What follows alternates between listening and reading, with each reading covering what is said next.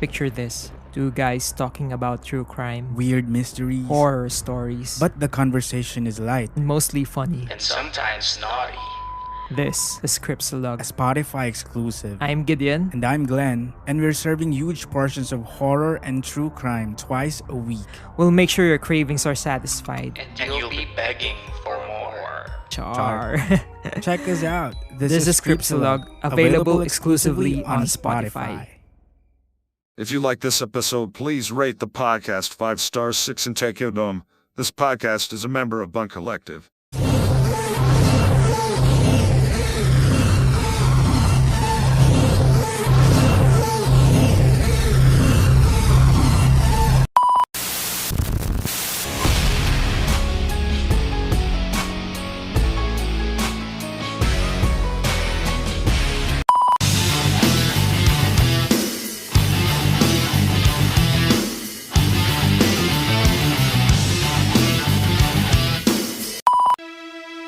Welcome to your unfiltered Tagalog Wrestling Podcast. And this is the MTG Show Podcast, a wrestling podcast.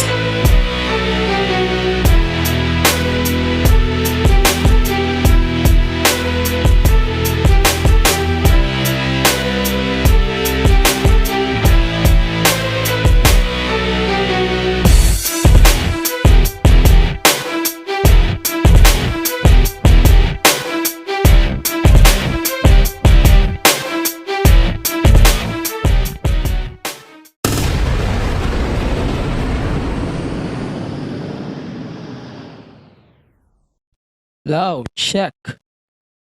Ulitin natin. Ilang take na to eh. So, welcome to your unfiltered Tagalog Wrestling Podcast. And this is... Fuck. Nalimutan ko yung tubig ko. The MTG Show Podcast, a wrestling podcast. Ayan. Good afternoon, good morning, good evening. For everybody who loves to listen on this podcast, I'm going to drop this quick. So this podcast, we're going to talk about a lot of things here on the show. Yung malaking breaking news during the midnight, we're going to talk about that. The NXT Europe. So NXT Europe is coming in 2023. Then they're going to basically kill the NXT Europe, NXT UK. So parang expansion lang yan. Namaya pag-usapan pa natin yung maraming details about that. Then we're going to talk about NXT Heatwave. NXT Heatwave. Then the return of Kenny Omega. The updates for the the women's tag team titles. Then we're going to talk about the Heatro and basically everything happened on this week's podcast. So, for now, I'm going to promote something. So, syempre, kayo naman na sumusuporta sa podcast, I would love to tell and to thank everyone who is listening on this podcast on our platforms, following us on the platforms. But there's a new option to support the podcast. Of course, you can donate and support the podcast in the process. So, today, we're going to launch. Yeah, magla-launch tayo today. Palakpakan. Ayun, magkakaroon tayo ng launch. Basta mag-introduce tayo ng bago dito sa show. So, ayun. Mas madali na yung pag-support nyo. So, sa Patreon kasi medyo hassle. So now, we're going to introduce our Gank account. So sa Gank, mas madali. So Gank is basically used by everyone in the Southeast Asia na where it's a partnership, yes, kasama ng Bunk Collective. So, thanks Bunk. May money na tayo. So, makakabili na tayo ng belts. Ayun, so ito, announcement. So you can donate and support the podcast in the process with our Gank account. So syempre, you can donate as low as $1. Mag-introduce tayo dyan ng bagong segment maybe soon. sooner than later. And in the process, siguro magkakaroon din tayo ng stuff dyan. And magre-repost din tayo kasi dyan nga na malinaw yung mga post ng podcast eh. And ayun, please support the podcast on Gank. So kung gusto nyo mag-donate in the process here on the show, meron tayo dyang goal, $100 goal. So baka naman, please support the podcast. We need sponsors here in the show, to be honest. So in the process, please support the podcast. Ganknow.com/the MTGShowPod. Again, that's ganknow.com/the MTGShowPod. Or you can use our link TR. Nandun na rin yung ating gank. So that's linktr.ee/the MTGShowPodcast. Everything related on this podcast, nandun na siya sa link TR ko. So that's linktr.ee/the MTGShowPodcast. Okay. So let's start the podcast with a big way. Okay? So in-announce, so diretso na tayo dito ng Heatwave, okay? So diretso tayong NXT Heatwave dito and then main roster shows, okay? So, Heatwave. NXT muna. So, NXT or WWE just announced during the midnight earlier that WWE is basically killing the NXT UK brand. As per this week's NXT, kung napanood nyo naman yung NXT 2.0, nag-appear dyan sila Blair Davenport, Gallus, and si Tyler Bate, the NXT UK champion, na hindi pa rin naman nila kinakrown. Mamaya pag-uusapan natin yung kay Tyler. Ayun, so basically that's the sign for the NXT Worlds Collide. So the Worlds Collide Premium Live event will be the last NXT UK branded event for now. Kasi on 2023, NXT and WWE will introduce the new NXT Europe. So it means hindi na siya for the UK division, it's for the whole Europe. To be honest, ngayon ko lang nalaman na Europe pa rin pala ang UK. No? Ako ngayon ko lang din nalaman. Pero yeah, yan. So NXT UK will be rebranded to NXT Europe in 2023. Walang sinabing timetable. Pero yung NXT Worlds Collide will take place on September 5, 2022. Same day as All Out pero different time naman. It's 4 p.m. Eastern Time or sa madaling sabi dito sa Pilipinas ay alas 4 ng umaga. Like, holy fuck! Sino manonood ng wrestling ng 4 fucking a.m.? Like, man, yung 1 a.m. na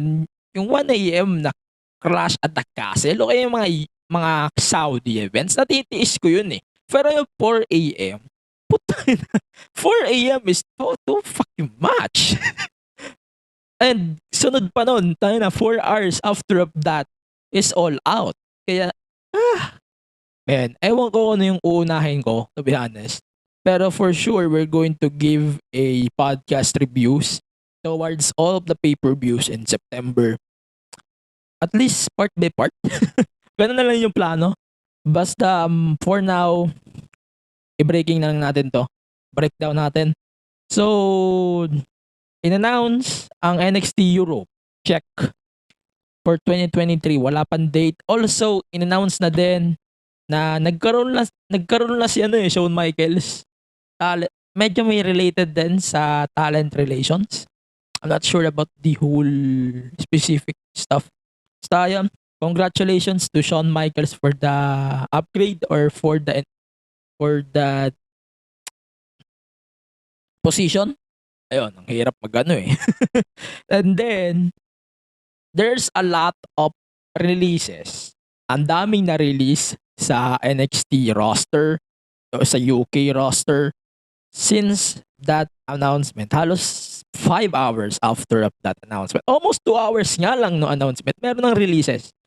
Nag-umpisa yun kina Saya Brookside. Even Trend 7 na-release din. Even the rising NXT UK stars. Wala lang ako matanda masyado. Pero there's a lot of released talents. Halos ang natira lang doon is basically Gallus, B. Priestley or Blair Davenport, sila Ilya Dragunov, Trent. Si yung buong yung Dai family na release din. Halos there's a lot of released talents. Even si Scala, yung assistant GM, na-release din.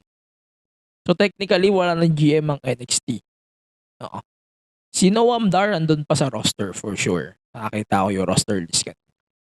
Pero ayun, so we're not going to talk about that for now. We're going to talk about that next week. Kasi in development pa to eh.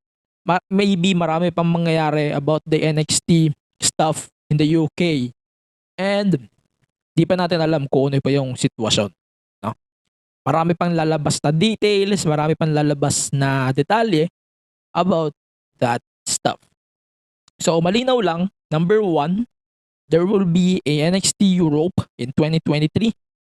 We're not sure if the Europe thing is magte-take place pa din doon sa BT Studios sa London, sa UK. And number 2, the Worlds Collide. The Worlds Collide will be the last NXT UK event and the next NXT event. Ayun, so basically mag-merge na yung brands. For now, at least for now. Ayun. So yun lang, kung ano yung masasabi nyo about the NXT UK. Ito, simple thoughts lang ako. I'm good on the rebranding. Masaya ako sa rebranding kasi hindi lang naman UK kasi yung binibigay ng NXT UK. So it doesn't make sense kung UK lang. I'm okay with the NXT Europe. Marami tayong dapat abangan in 2023. Definitely, this is one of them. Maybe marami pa tayong makukuha detalye. And during the Worlds Collide event, marami tayong makukuha stuff doon. No? Then, eto na tayo, NXT Heatwave. So, there's a lot of outcomes during the NXT Heatwave show. So, let's talk about that, at least summarized, okay? Number 1, the NXT Championship was retained. So, Braun Breaker defeated JD McDonough in a championship match. So, the match is kind of okay. Okay lang siya sa akin. Parang, sanayin ko na lang. Parang parang is basically a better gimmick for Jordan Devlin. But the execution is there, the match is there, the great stuff from this matchup is so amazing. Ang problema ko lang, ito na yung problema ko. Hindi ko siya diniscuss sa TikTok na buo. Yes, nag-TikTok ako dito. And it's kinda weird, okay? Ang weird pakinggan na si Tyler Bate, nag-appear siya dito after of the match as the NXT UK champion. Like, ano ka, hari ng hari? Hindi ka pa naman champion, like, holy fuck. Ba't ka nag-appear agad dyan? Ba't masyado excited yung WWE about this development? Yes, understandable na in-announce na nila yung Worlds Collide. But sobrang advanced naman nun appearance ni Tyler Bate. Like, you're just throwing everybody anywhere. Maintindihan ko yung appearance ni ng Gallows Tsaka yung appearance ni B Priestley or Davenport, whatever kung pangalan niya. Naiintindihan ko yung appearance ng dalawang kasi wala naman silang belts. Ang hindi ko maintindihan, bakit sa lahat na mag-appear on the brand, kahit hindi pa naman siya champion officially sa TV, ba't nyo nilabas agad si Tyler Bate? So, ang malinaw lang naman sa atin, hindi pa naman kasi champion siya sa NXT UK. So, the summary story here is ini-ignore niyo yung storyline sa NXT UK. Parang wala kayong pake. Ganon. Parang wala kayong pake sa, may story sa NXT UK, may story din sa NXT na you just fucking ignored. And I'm so fucking disappointed by that. Parang you guys are just disrespected the championship. Parang dinisrespect niyo na yung ano yung appearance na yun. It's just okay yun eh. Okay sa akin. Tyler Bate, biggest NXT UK guy. Given. But nag-appear siya with the belt walking out like parang walang nangyayari sa UK, NXT UK. And that's funny, man. Iba na yun eh. Like, holy shit. Why? Bakit? Ay na. Okay naman ako eh. Wala nga sabi ko na to. Paulit-ulit ko sasabihin to. I'm okay with Tyler Bate appearing here. Like, he is the top dog of the NXT UK. Fine. But, with the championship, that's too much, man. Parang, ano dyan eh, parang pepot dyan eh. Wala ka pa namang, parang kang binigyan ng posisyon. Kahit wala ka pa namang posisyon, binigyan ka ng sarili mo ng posisyon last minute.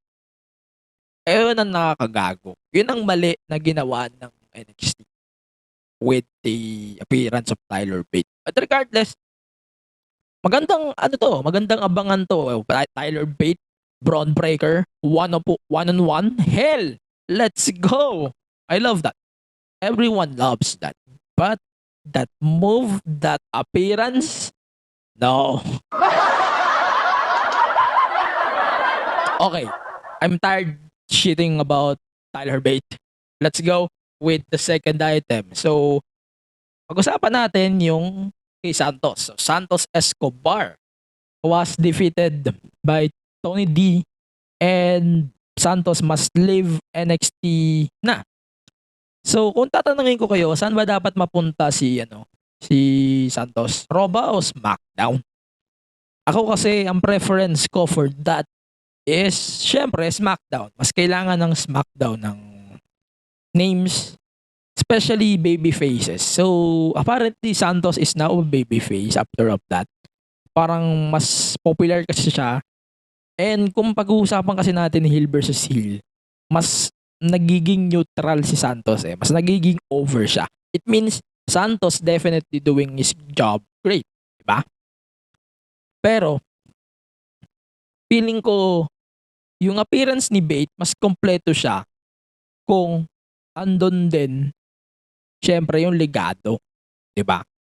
Parang legado is not complete without them. Diba? Ayun, going back.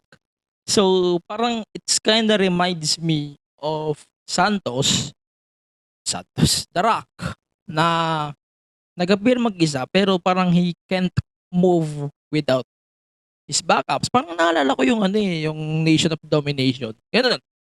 That's basically The Rock. So, plus, staple na kasi sa legado del Fantasma.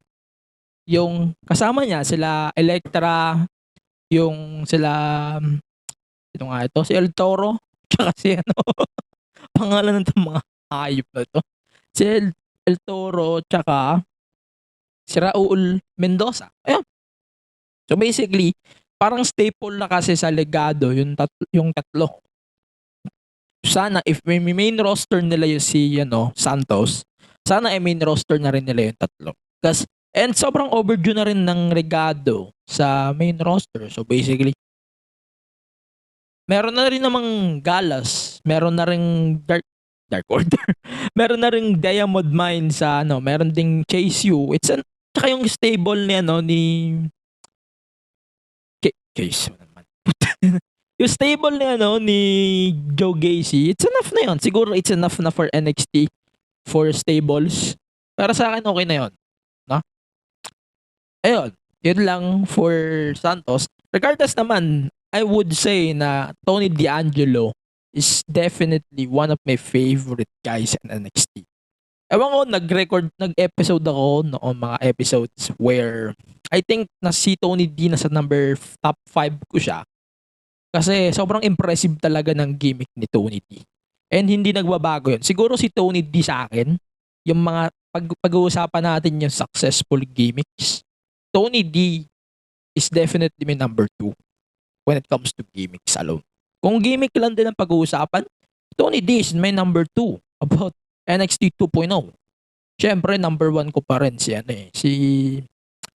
Carmelo Hayes, sobrang ganda ng execution ng gimmick niya. Yes, it's a rip-off, ganyan. Parang rip-off din yung gimmick niya, rip-off, whatever. Rip-off yung gimmick niya, yes.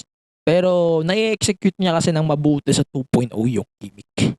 And hell, pwede mo pa siya madala sa main roster, so it works. And, ayun, move on na tayo doon. So, let's talk about other stuff here. So, Mandy Rose retains the NXT Women's Championship against Zoe Stark in a okay lang na match. Zoe is basically jinxed her own momentum thanks to her QR codes. I don't know if it's necessary at this point. Parang nahilo ako doon sa mga QR codes na yan. Okay. So, ito pa mga ibang stuff na nangyari sa NXT 2.0. So, nag-appear ang Diamond Mine in the ring and then parang nilalaglag na nila si Roderick Strong sa DM. Then, here's Gallus and I'm glad they saved the day here na nag-interrupt sila to attack Diamond Mine and they got the last touch. And then, yun doon sa backstage naman, yung kay Indy Hartwell. Indy Hartwell was given a letter by Dexter Lumis. And they're glad na Index is back on NXT TV and the TV itself. So, and then, as usual, Blair Davenport appeared and ripped the letter off. And I love the gimmick na parang party crasher or something. And it's so impressive. Then, ito na lang yung mga ibang pandetalye about NXT 2.0 Heatwave. So, Carmelo Hayes defeated Giovanni Vinci for the NXT North American Championship.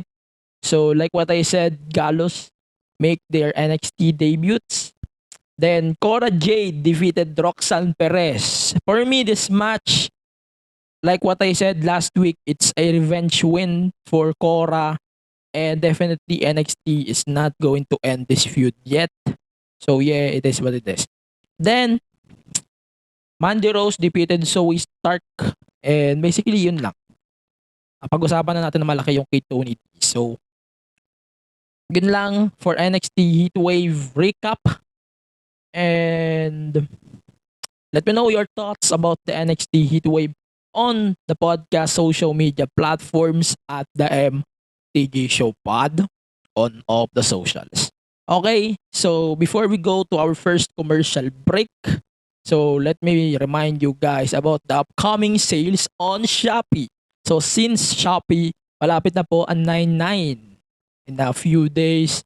So please support the podcast on your online shopping on Shopee. So please support the MTA Show podcast and the process. And on September 9 is the 9/9 sale. Basically, one day sale. Magkakaroon na ulit ng TV specials ang Shopee with special guest Stacy. So, yeah, everyone loves Stacy actually. So, to support the podcast on Shopee anyways, you can use my link on the description below or nandun din sa link TR or type it on your mobile browser podlink.co/bhx. Again, that's podlink.co/bhx. Again, meron na pong ulit na Shopee 99 TV special on GMA sa September 9, 2022 featuring Stacy or detail soon. So for now, let's check our bunkmates here on Bunk Collective. Hirap na po kaming mag-anak. Tambak po ang labahin, wala pong lutong ulam, ang dumi-dumi po ng bahay. Ang mga anak po namin 3 araw na pong walang ligo. Hindi ko po siya makausap na ng maayos. Wala po siyang ginawa kundi makinig ng podcast. Yun po bang The Balut Kiki Project? Kung saan po siya nakikinig, Spotify, Apple iTunes, Podchaser. Maya't maya po bigla na lang pong tatawa, bigla na lang pong iiyak habang nakikinig. Ano po bang meron sa podcast na yan? Ano po bang meron sa The Balut Kiki Project podcast na yan? The Balut Kiki Project. Batteries not included. Hey everyone, this is Mo Twister, and you're listening to the Kingdom Podcast with the voice DJ Yuki. That was the OG. Mo Twister promoting this podcast. If you like Korean pop culture, or know someone who does, then get into it, and visit our Facebook, Twitter and Instagram pages at the Kingdom Pod PH. We're proud to tell you that this is one of the premier shows to go to for your weekly dose of K-pop. So drop everything and listen to the Kingdom Podcast. Available in all your podcast streaming platforms. Join us! Okay, welcome back to the show. Again, we're going to plug our Patreon and of course yung ating gank. Patreon.com/TheMTGShowPod. And yung ating bagong gank. Of course, sa gank, you can see our stuff right there. Gagawa tayo dyan ng subscription. By the first week of September or last week of August, malalaman nyo na kung ano yung subscription na yon. The subscription is $1 a month where you can get some dibs or notes from the show na maybe mapapakita ko at least yung mga notes or maybe keywords na pwede nyong marinig dito sa broadcast. Then, you can ask questions na pwede natin isama sa mga episodes natin. You can ask for only $1. For now, yun lang muna ang tier natin. At least yung mga subscribers natin, makikita nila yon on the wall ng podcast natin sa Gank. So if you want to support the podcast on Gank, please support $1 per month lang naman. You can ask at least 1 to 2 questions nga pala doon. Ano? So the Gank is open and maybe yung mga subscriptions natin soon malalaman nyo yan in the next few days. Parang support na rin siya dito sa podcast. Pwede rin kayo magbayad by GCash, PayPal, o kaya sa credit card. Mas madali nga yung sa Gank. Kasi may GCash. So, ayun. So, our Patreon and Gank, parehas lang naman yon. ganknow.com/TheMTGShowPod or doon sa akin, linktr.ee/TheMTGShowPodcast. Okay? Let's continue with WWE programming since dire-diretso naman to main roster. NXT tayo kanina, main roster naman ngayon. So we got the updates for the NXT Women's Tag Team Title Tournament. So Io and Dakota defeated Dana Brooke and Tamina. Then Alexa Bliss and Asuka defeated Nikki ASH and Doudrop. I kind of sad about this defeat. And this semi-final match will take place next week on Raw. Then, on SmackDown, it's Raquel and Aliyah defeated Xia Li and Shotzi. And then, so, on this week's SmackDown naman, Nikita Lyons teaming up with Zoe Stark to defeat Natalya and Sonya Deville. So, yeah. Sa Friday yon. So, let me know your predictions about that on our socials at the MTG Show Pod. Ayun, let's continue. Fuck that. Okay. So, nag-debut na rin ang Heatwave for this week's or last week's SmackDown. Okay, ewan ko, pero napapansin ko hindi kompleto ang Heatwave kung wala si kung wala si Swerve. Yeah, Swerve, I know he's in AEW now. Pero Heatwave is definitely not complete without him. I kind of sad about the Heatwave. But Heatwave is still Heatwave. This is exactly the same Heatwave that we got in the NXT but without Swerve. So yeah, it's a plus para sa akin. Plus yun, na ganun pa din ang Heatwave. Hindi na gaanong na-strict due to Vince McMahon. Okay. So, ayun. Yun lang sa akin ang Heatwave. Then, so we got a contract signing between Liv Morgan, Ronda Rousey, and Shayna Baszler. So, si Ronda suspended. Basically, nanggulo lang siya doon sa contract signing. And, wala na yan nangyari. Parang binato niya na lang yung pera doon sa mesa. she paid the price of the suspension or the money, something like that. And ayun, basically, yun lang ang nangyari. And siya yung na-attack, Liv Morgan, and but in the end of the segment, Liv Morgan stands out and I love it. Parang nakikita pa rin natin na underdog champion pa din si Liv. Like what's wrong with you people? We don't need to see a Liv Morgan heel turn here. Para kayong mga gago eh. Hindi naman natin kailangan ng heel turn for Liv. Like for fuck's sake, man. Okay, so let's talk about the IC title match. Ewan ko, na-discuss ko na to last week, no? But the IC title match from last week's SmackDown is so fantastic. Wala akong ibang masasabi doon. Sobrang goods nun. And, you know, nangyari siya noon August 12. Sobrang tagal na rin, at least 1 week na rin. But regardless, the match is so fantastic. It's so fucking good. And basically yun lang. Then we're going to talk about its counterpart on Raw. It's the US title. It's AJ Styles and Bobby Lashley. And hindi tayo binago. Puta. Alam niyo nang hindi nag-appear yung top champion, Roman Reigns. We know na hindi nga siya nag-appear. So, we want to thank Triple H for saving the mid-card titles. So, I'm glad to see the mid-card titles rising like parang they should be, na alam naman natin na yung champion natin, yung top champion, mukhang tanga. Ayaw man lang mag-defend kahit isang beses, isang buwan. And pinili niya na maging main attraction, kumbaga. Sana naman magtuloy-tuloy yung original plans ng WWE about the Universal title. At least ayun, makikita natin na weekly na yung world title, and even USA Network or NBC wants a world title. So baka naman, please ipakita niyo na yung yung championship, or at least sana naman weekly na ulit may champion sa Raw.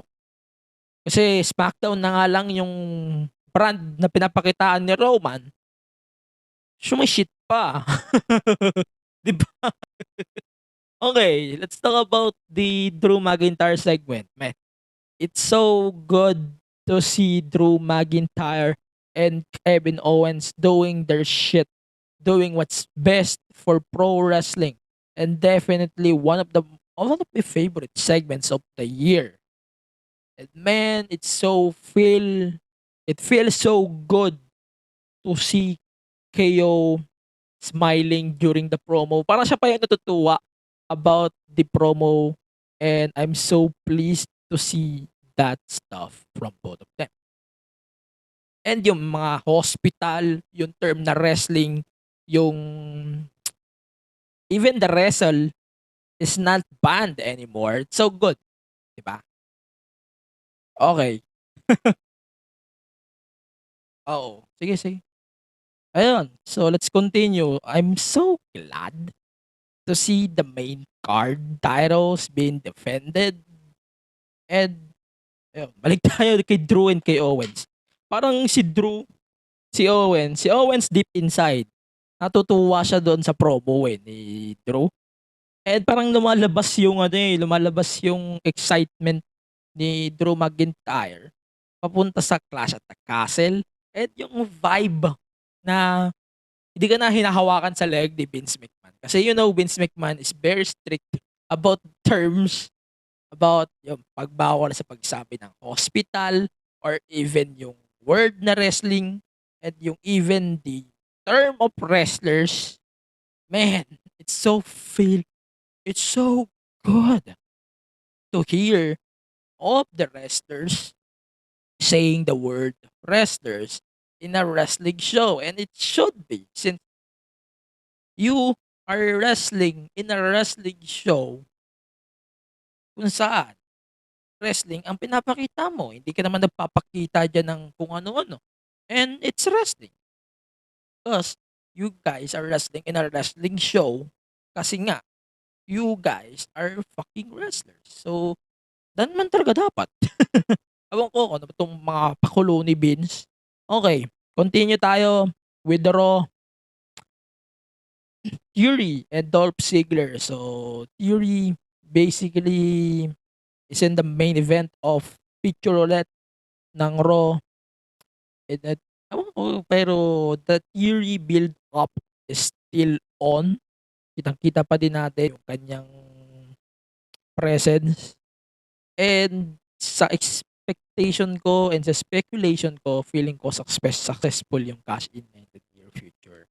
Pero hindi na 2 belts.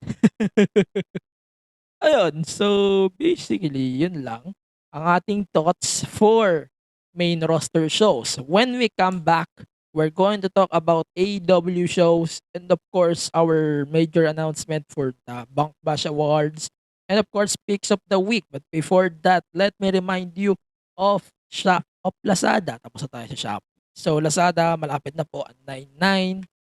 So like what I said, lahat ng bagay, lahat ng pwede mong bilhin kahit semento ay nasa Shopee. Nasa Lazada yan. So if you want to support the podcast, kasi tangin ng script to eh. Okay, so if you want to support the podcast on Lazada, you can use my link on the description below o kaya doon sa aking link TR. That's linktr.ee/TheMTGShowPodcast or type it on your mobile browser. That's podlink.co/6gs. Again, that's podlink.co/6gs. So we're going to take another commercial break and let's check our bunkmates here on Bunk Collective.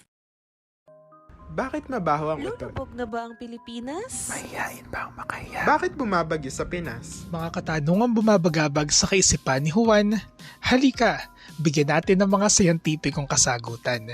Ito ang inyong gurong lakan mula sa Bulacan, Sir Red. At ito ang Hainay na Tagham the Podcast Year 2. Pakinggan sa lahat ng major podcast streaming platforms. Tara, matuto, magsaliksik, magkaroon ng dagdag na kaalaman. Haynayan, magpakailanman.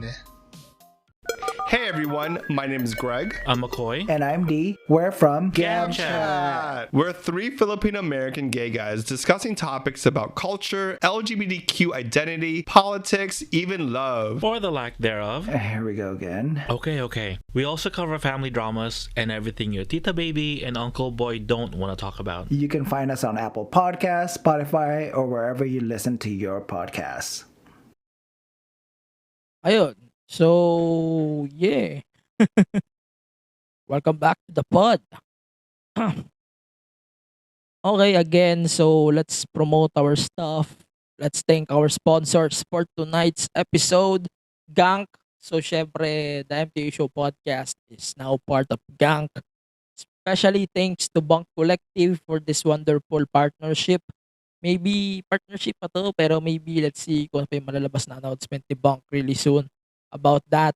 So, please support the podcast in the process. Podlink. So, ganknow.com/the You can support the podcast in the process using the Gank platform and you can help and support the podcast with your support, of course. So, syempre, let's go to AEW since there's a lot of happenings in AEW. So, CM Punk appeared and ito, summary na natin to since there's a lot. So, he called out Hangman Adam Page for a rematch. Nag-shit siya kay Moxley. Nag-shit din siya kay Eddie Kingston. And Jon Moxley appeared and roast CM Punk. And, yeah. Nagkaharap yung dalawa. They punch each other. And the match for the AEW title is set for next week in Jon Moxley's hometown. So, masabi ko lang dito, it's obviously a marketing strat. Then, for sure, maglilid din naman to sa pang rematch sa All Out. The problem here is the All Out is CM Punk's hometown. Ayun, yun doon matatalo si Mox sa part na yun. Pero for sure, no contest dito. Ewan ko kung ano magiging disaster ni Tony Khan going to the pay-per-view. And to be honest, ba't pa tayo magagawa ng pay-per-view? Eh, di ba, mas priority niyo yung mga weekly shows. Parang Tony Khan is pretending na, may pay-per-view pala tayo. Maglagayan tayo sa damak na matches kahit rush. Wala, ito. Ito yung nakakatawa. 3 weeks before All Out, wala pa din matches kahit isa. Nagka-match, ilan? Isa. Diba? Diyos ko po. That's why I hate AEW pay-per-views. Imagine, you guys are standing or watching the whole show 4 hours. Then, yung ibibigay sa yung matches is obviously matches na napanood mo na siguro 2 weeks ago, napanood mo na o binibuild nila ng 2 weeks lang. Like, Tony Khan doesn't care about the pay-per-views, but the fans cares about your pay-per-views. Tony Khan, sana naman mag-isip ka ng tama about your shows, especially your company. Since lumalaki na yung roster mo, magkautak ka naman. Ganun lang yon. So, the match itself for next week, and I'm gonna go with Mox here. CM Punk definitely, I don't think na CM Punk needs the belt.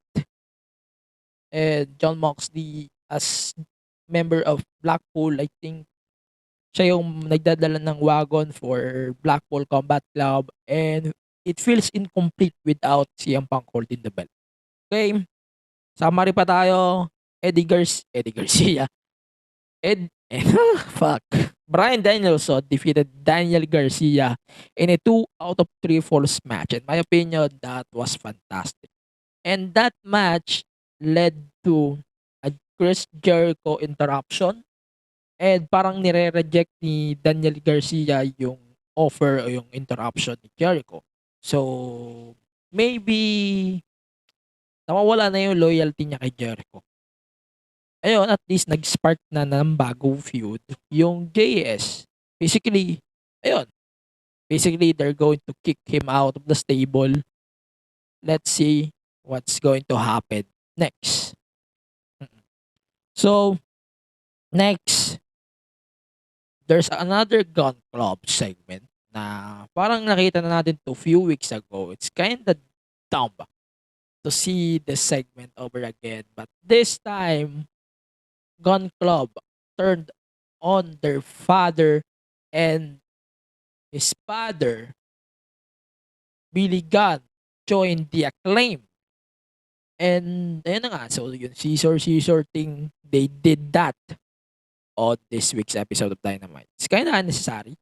And finally, of course, the main event of Dynamite this week is a trios tournament match.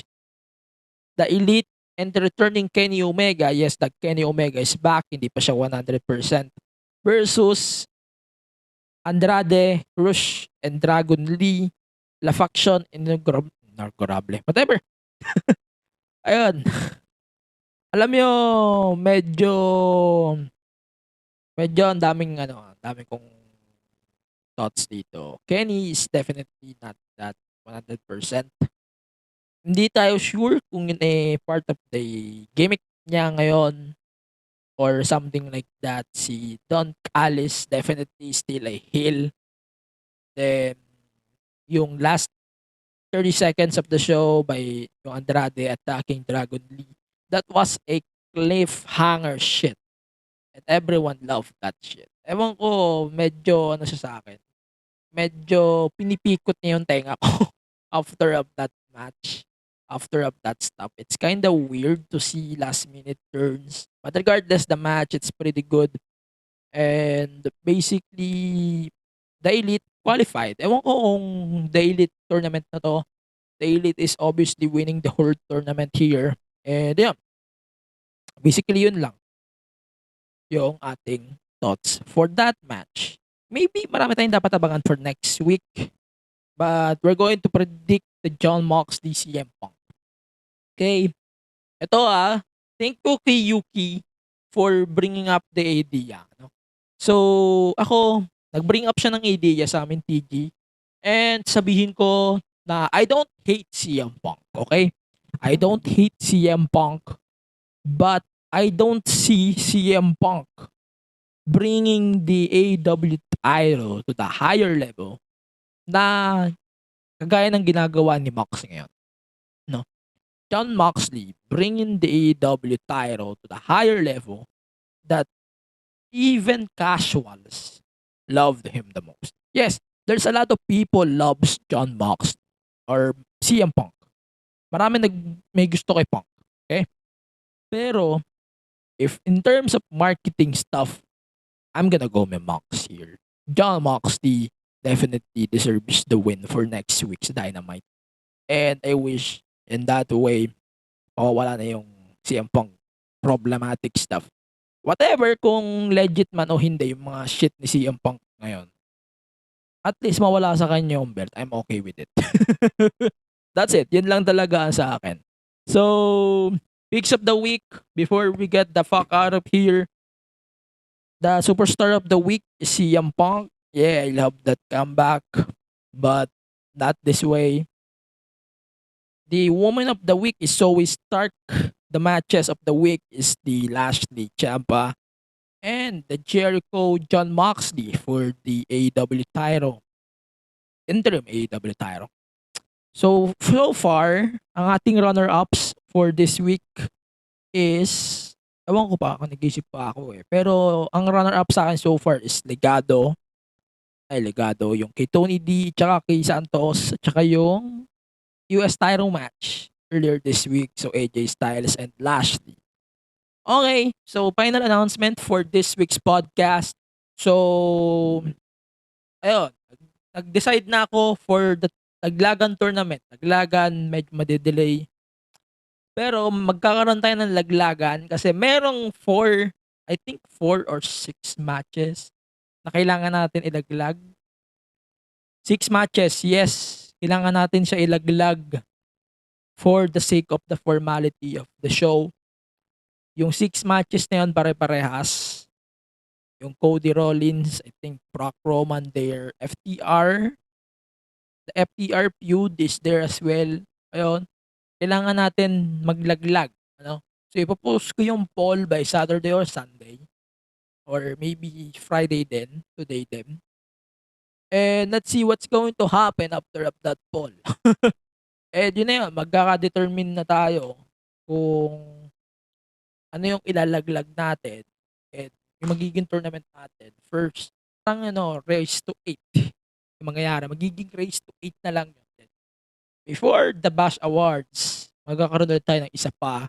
Then, race to 8 ulit yun. No? Yun lang.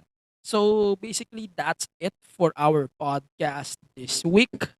So, follow the podcast on all of the social media platforms, Facebook, Twitter, Instagram, Twitch, and on TikTok at the THEMTGSHOWPOD. Listen to the episodes every week on Spotify, Apple Podcasts, Google Podcasts, the rest of the podcast platforms and the podcast app. Don't forget to rate the podcast on Spotify and Apple Podcast 5 stars and 6 in Tokyo Dome.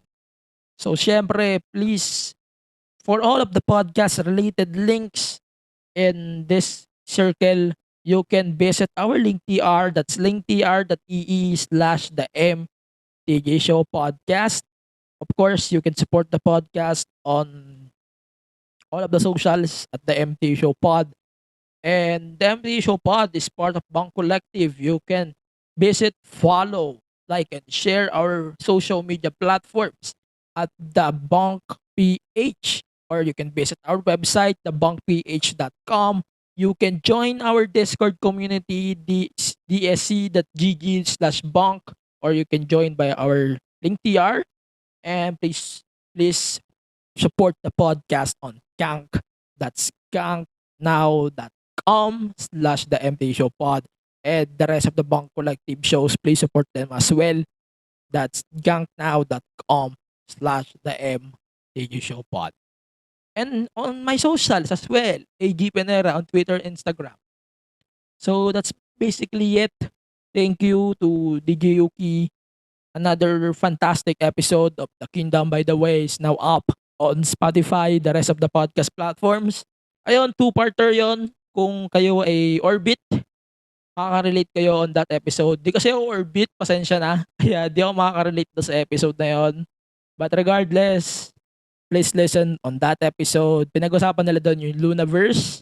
That's a two-part, 2-hour each episode of the Kingdom Podcast by Bang Collective as well. So, in behalf of DJ Yuki, my producer of this podcast, in behalf of everyone here on the podcast, I want to thank everyone for this stuff that we have, the support, syempre, and the generosity for me to doing this podcast every week.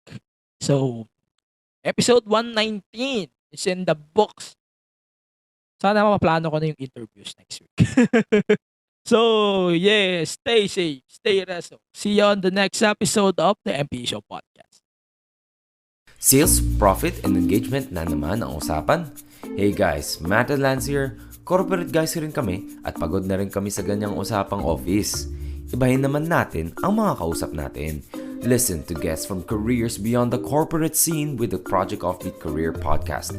Imagine talking to historians, gamers, teachers, and the like on how they live differently and succeed in their unconventional careers. Baka sakali, ito naman ang sign to pursue your passions. Kita-kits sa Spotify, Apple Podcast, and YouTube.